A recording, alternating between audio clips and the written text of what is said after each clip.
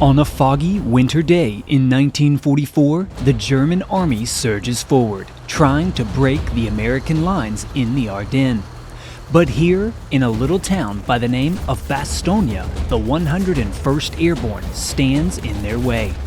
Today, we will follow one of the Tiger tank commanders attempting to reach this key town, and the P-47 Thunderbolt pilots who were called in to destroy them.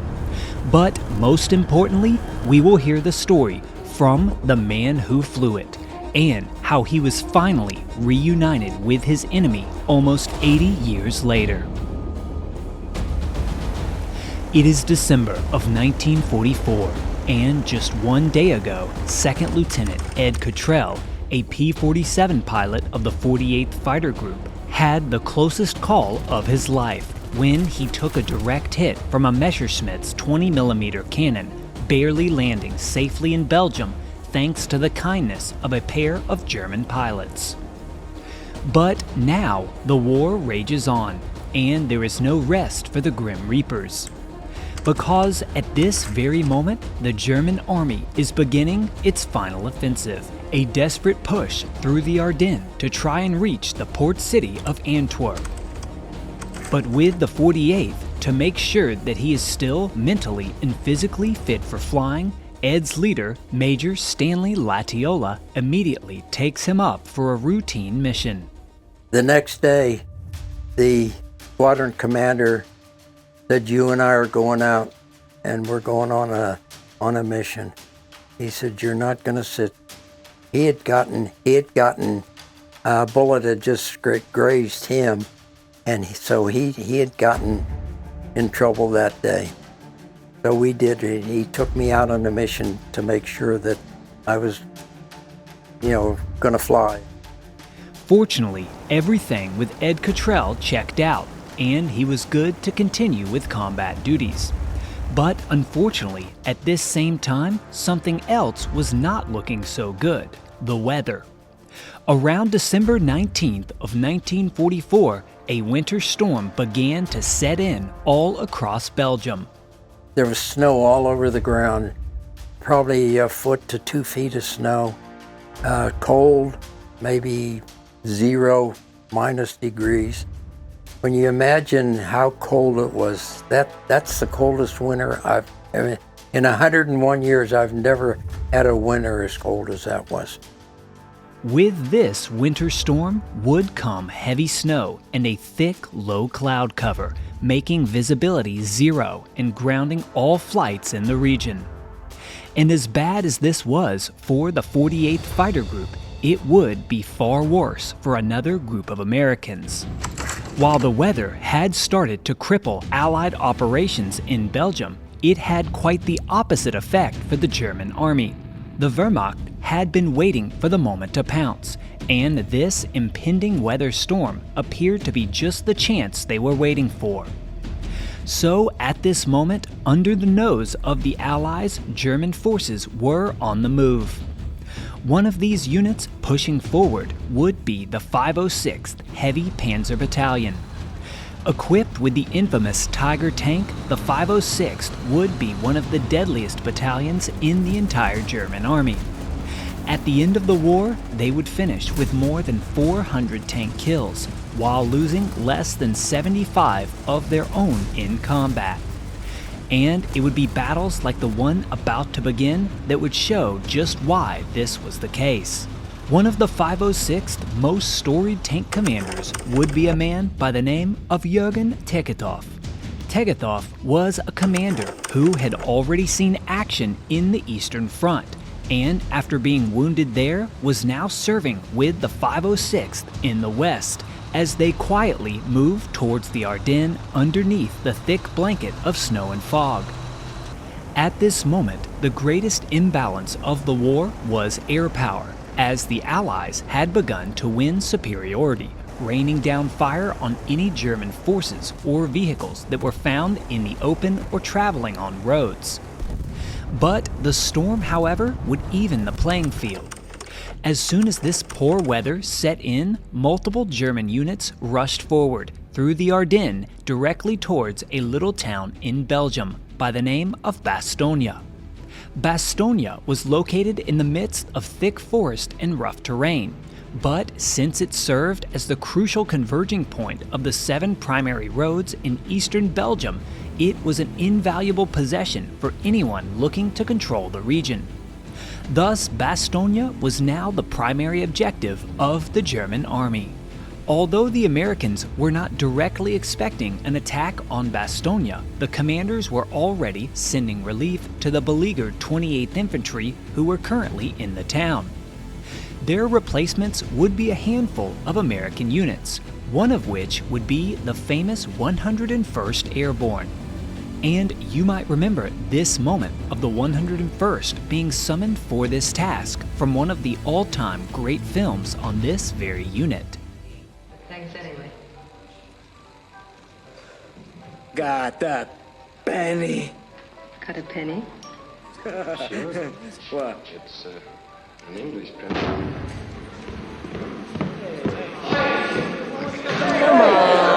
Quiet! I said quiet! Elements of the 1st and the 6th SS Panzer Division have broken through in the Ardennes forest. Now they've overrun the 28th Infantry and elements of the 4th.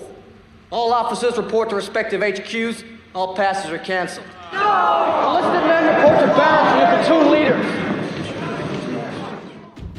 Unfortunately, these replacements just entering Bastogne had no idea just how heavy a fight they were in for, as they had arrived just in time to be completely cut off and surrounded by the advancing German forces. And truly, it cannot be overstated just how surprised the American forces were by this advance. Not only on the front lines, but even as far back as the airfield at St. Trond, where Lieutenant Ed Cottrell and the 48th Fighter Group, now bogged in by the storm, were being told to prepare for the worst. The next day, the weather was bad. We were socked in. We were told that we couldn't fly. It would probably be 3 or 4 days before we'd be able to get off the ground. But the word was that the Germans had surrounded Bastogne, that there was going to be a breakthrough, and that the Germans were going to insist upon a surrender, and for us to be prepared to be prisoners of war. So we were told to go back to our rooms, burn all letters, any identification other than your dog tags. And for 3 days, we sat there. We couldn't fly. They were wondering whether they were going to take some of the 47s out of the area and just leave a small number with some pilots. I was one of the 12 pilots that was going to be left behind because I was one of the newer pilots. About the 26th or 27th, the weather cleared and we were able to start flying again. And so they never did move the planes, but we were told we were going to be prisoners of war. Clearly, the commanders of the U.S. 9th Air Force and the 48th Fighter Group were under the impression that the battle for Bastogne and the German thrust through the Ardennes could very likely result in a defeat for the Americans. And for just a few days, it looked like this would indeed be the case. All around Bastogne, skirmishes were breaking out as the Germans tried to push back the Allied lines. And just to the east, more German reinforcements were still on the way. Reinforcements like the 506th Heavy Panzer Battalion and Commander Jergen Tegethoff, who at this very moment was in the Belgian snow, hunting for prey. And regrettably for the Americans, on December 18th, in the midst of the winter storm, he would find it. North of Bastogne, his unit ran into American armored units that were attempting to get to the 101st and the other surrounded Americans. But the 506th would intercept, and their Tiger tanks engaged. In the ensuing action, they knocked out 3 American tanks and 6 anti-tank guns, rejecting one of the many bids by the Allies to break through the German stranglehold. The following day, the carnage continued, and the 506th engaged more tanks attempting to reach Bastogne.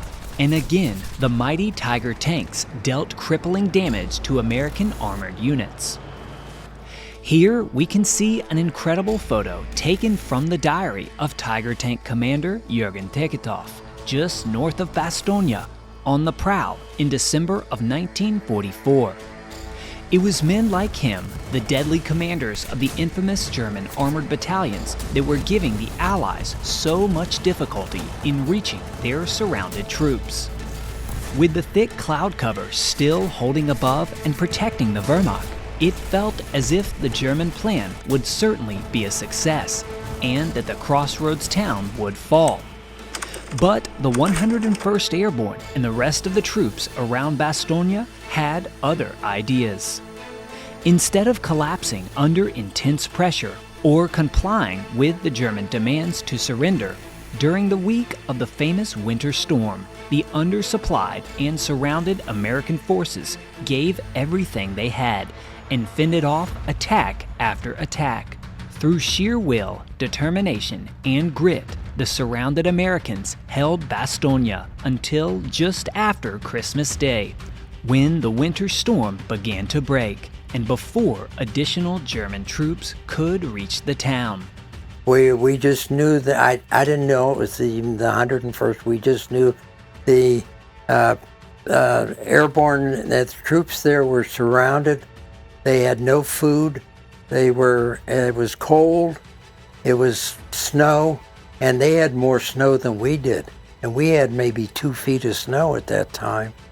When you realize what those fellas went through, those guys are the heroes of this war.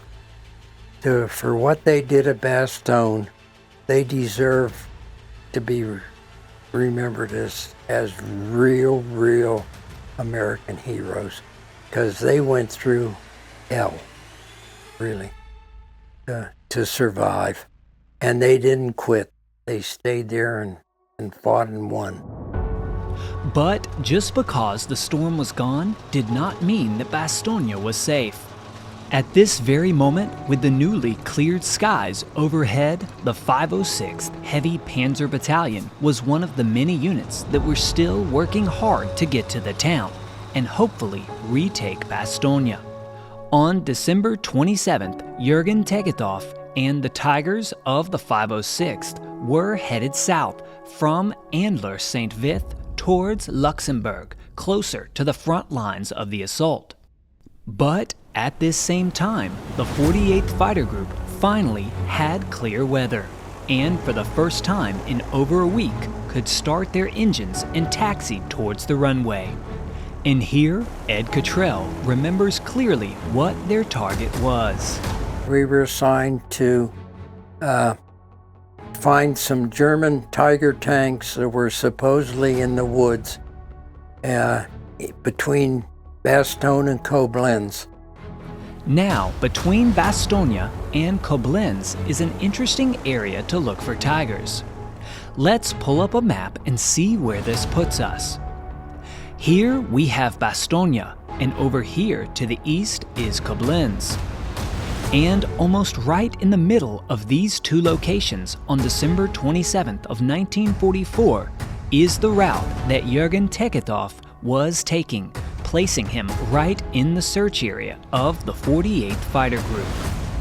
As a newly repaired R. Mary got back into the air, Ed and the rest of his squadron scanned the snow-covered ground, looking for lethal German armor or anything else that might be valuable to the German offensive effort.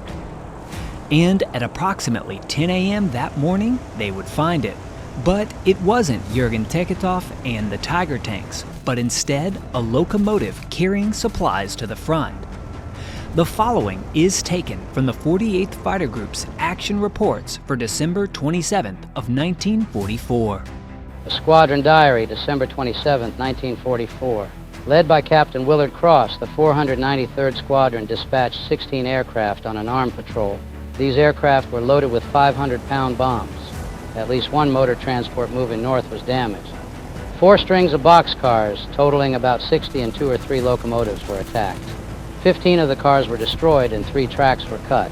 Multiple flak guns fired upon us with varying levels of accuracy and intensity. As the 493rd turned back and pulled off the attack, one of the best performers in this strike was none other than Lieutenant Ed Cottrell. If we look at his claim sheet for December of 1944, we can see that on December 27th, Ed Cottrell went to work, displaying lethal accuracy as he tallied 1 locomotive, 1 railroad car, and 1 building all destroyed, as well as rails cut and another railroad car damaged.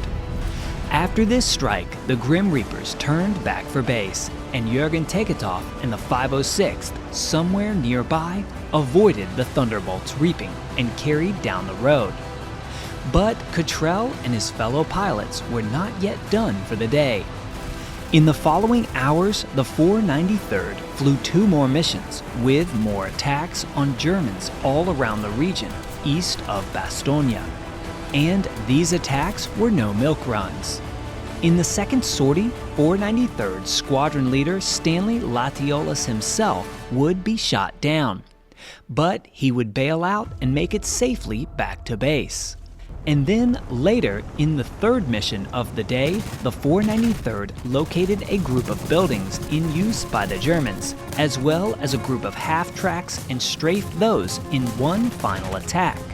But perhaps most noteworthy in the entire report, we can see that during the 2nd mission of the day, the 494th Squadron, another one of the units in the 48th Fighter Group, did locate their primary objective, German tanks, which they proceeded to bombard. And this would be in none other than the area of Andler-Saint-Vith. According to the report in the diary, 2 of these tanks were damaged and 1 was destroyed. Now, it is important to note that it is extremely difficult to determine what specific armored unit these Thunderbolts attacked, but what we do know is that it could very well have been the 506th and Jergen Tegethoff as they tried to reach their unit's assembly point near Luxembourg. Thus, on December 27th of 1944, during the last all-out offensive that the Germans made, somewhere on the ground in the deep snow was Jergen Tegethoff and his Tiger tank trying to pierce the defenses around Bastogne. And in the air, just a few hundred feet above and close by, was Lieutenant Ed Cottrell in his Thunderbolt, doing everything he could to defend it. These difficult days during the Ardennes offensive would likely be the closest that these 2 soldiers ever came. That is until 77 years later, when Andrew Biggio over at the Rifle took a 99-year-old Ed Cottrell back to Europe and told him that he had someone who wanted to meet him. He wanted me to meet a German. He said he's a German Tiger tank, and there's a good possibility that he may have been in the tanks that you bombed. Introduce you to Jergen, who was a King Tiger tank commander. My name is Jergen. Jergen, nice to meet you. My name is Ed. Ed. You were a pilot? Yes. And you were a tank commander. What? You were a tank commander. Yes. Well, Tom, nice to meet you. And he and I looked at each other face to face. We talked for 15 minutes, and he told me, he said that the one thing that Tiger tanks were afraid of were P-47 Thunderbolts. He said, we were scared to death of them. And if they only knew where our weak spot were, we would have lost a lot more Tiger tanks than we did. How old are you? 99. 99. 97. 97. You look good for 97. 1944. We saw the Thunderbolts Overhead. Yes, Might have been me. It might have been me, because I see Tiger tanks and tanks down below. Yes. But she's running on. And now we no longer shoot at each other. That's right. We're friends. We're real good friends. I'm happy to meet you. I'm very happy to meet you. I also. And when we were all finished, we both looked and shook hands, and he said, "We are now friends. We should never fight again."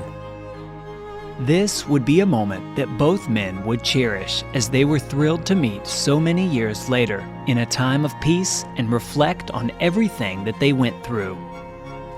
Jergen Tegethoff would continue to fight in his Tiger tank until he was finally caught in the Ruhr pocket in April of 1945, surrendering and becoming an Allied prisoner of war. For Ed, he still would see a few more compelling moments in his combat tour, including the last all-out attack by the Luftwaffe, and one of the most difficult memories of his time in Europe. All of this coming soon in part 4 of Ed's story. Please consider supporting me on Patreon so I can keep telling the stories of these veterans like Ed. I truly cannot get to them without your support. Thanks for watching, and I'll see you next time.